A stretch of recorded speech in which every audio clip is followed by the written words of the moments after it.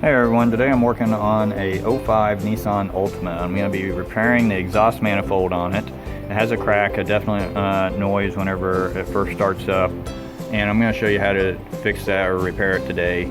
First thing you want to do is take off the engine cover. It's held on by a few hex bolts that are 5 millimeters. Okay, you want to take those bolts out, take the cover off, and then you'll work on getting the top heat shield off. There's a few bolts hanging around on the bottom, and then up to the side. It's pretty much self-explanatory, but once you take that off, now you can definitely see where it's cracked at. You can see right here that there's a hairline crack right there that some noise is coming from, and then if you look further down under like this, you can see the crack right there, right on the bottom side of the weld. So it does go pretty much all the way over to this side.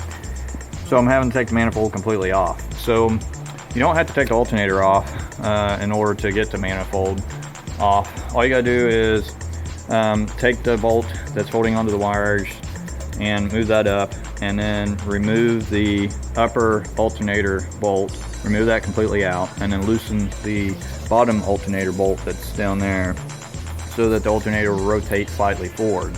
Now if you see, it's about an inch or so forward. Now the left manifold bolt on the bottom over there, it's really hard to access from here. Most people take the alternator off, but if you let this rotate forward, that way you don't have to mess with taking off the belt. You can get a wrench right between there and you'll be able to take it off from this side. Now you might have to use a longer wrench to give you more leverage and just do it a little bit at a time until you get it loose enough to do it with a ratchet wrench. But the rest of these you can take off with a socket, and I used a 14 millimeter, and I did put some lubricant on them in order to help break them loose. You've got one right here, one underneath here, and then this one and that one there. So once you break those all loose, you'll need to go underneath and break the bolts off the bottom.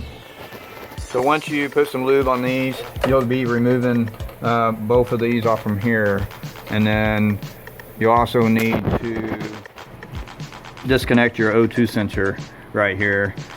You can either unscrew it from the manifold there or just disconnect it right there, but once you get all that loose, this manifold will slide back a little bit and you'll be able to work it out and then get it onto the bench to weld that up.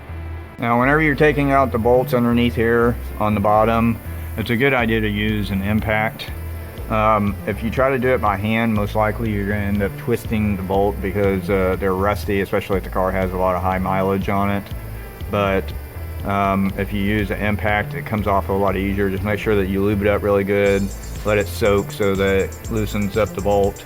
If you end up breaking out the stud there, then you'll have to, once you get that off, and get that stud out while it's on the bench, and then put new studs in there. But it's a good idea to use impact because it makes it a whole lot easier, and they usually end up coming out.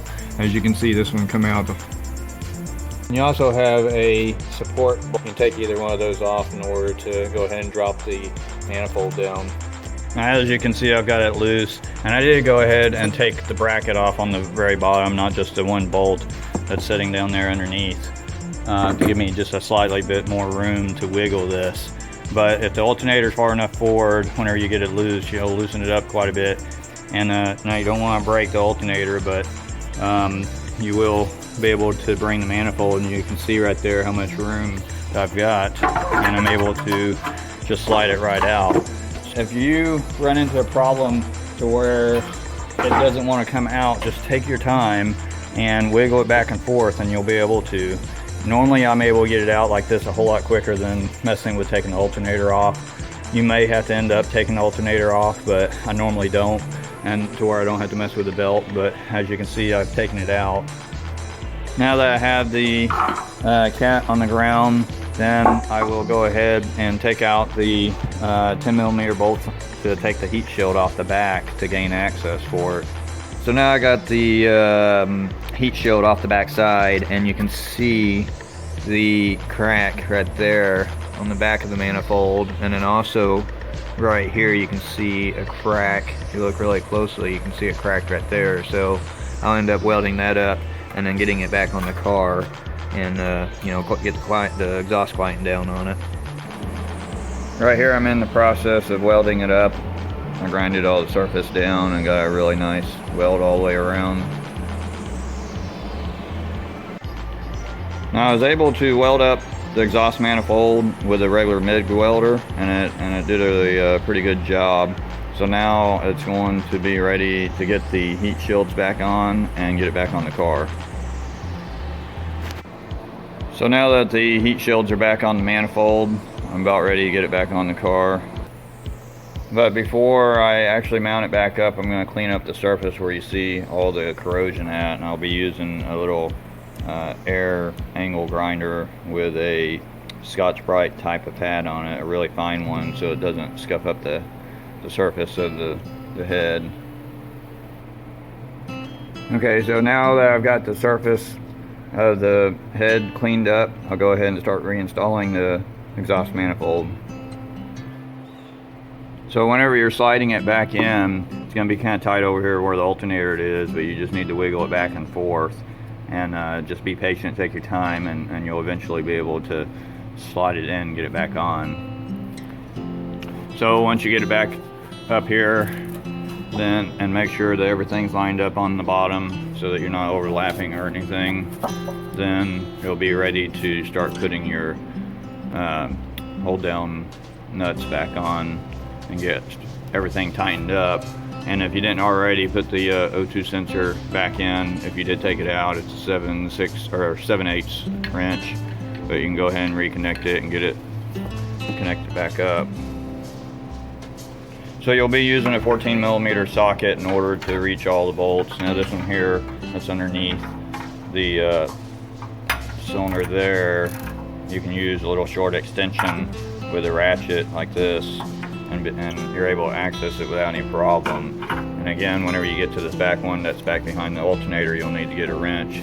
Tighten it up all the way by hand as far as you can, and then get a wrench on it.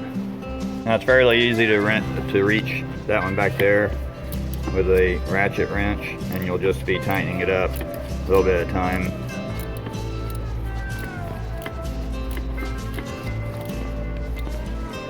So once you get all the exhaust manifold bolts tight, then you can go ahead and put the outer shroud on. Place it down there and get the bolts put back in it. Once you get that on and bolted down, then you go ahead and push the alternator back into place and remount it with the top bolt, and make sure you tighten up that bottom bolt, and then reconnect the power cable if you disconnected it. When you go to put the alternator back into place, you'll probably have to get a crowbar and reach down below and then push into the center of the alternator to push it back up into place while you're putting the bolt in. You don't want to put too much pressure on these fins because you can break them really easily, and it shouldn't take too much pressure to get it back into place. So now once you get the alternator back in place and all tightened up, now recheck everything, make sure you didn't miss any bolts, and then you're ready to put the upper cover back on the engine. After you get that bolted down, you can go underneath and you put your bolts back in the exhaust. Don't forget to put your bracket back on right here because it keeps it from vibrating and try to prevent it from cracking, so don't forget to put that bracket on. And then don't forget to put your springs and everything back on here the way that they came off. So that's how you fix your exhaust manifold crack on your Nissan Altima. Hopefully my video helped you out today. If you haven't already, hit that subscribe button for me. If you liked the video, then give me a thumbs up. Thanks for watching everyone, and I will see you in the next video.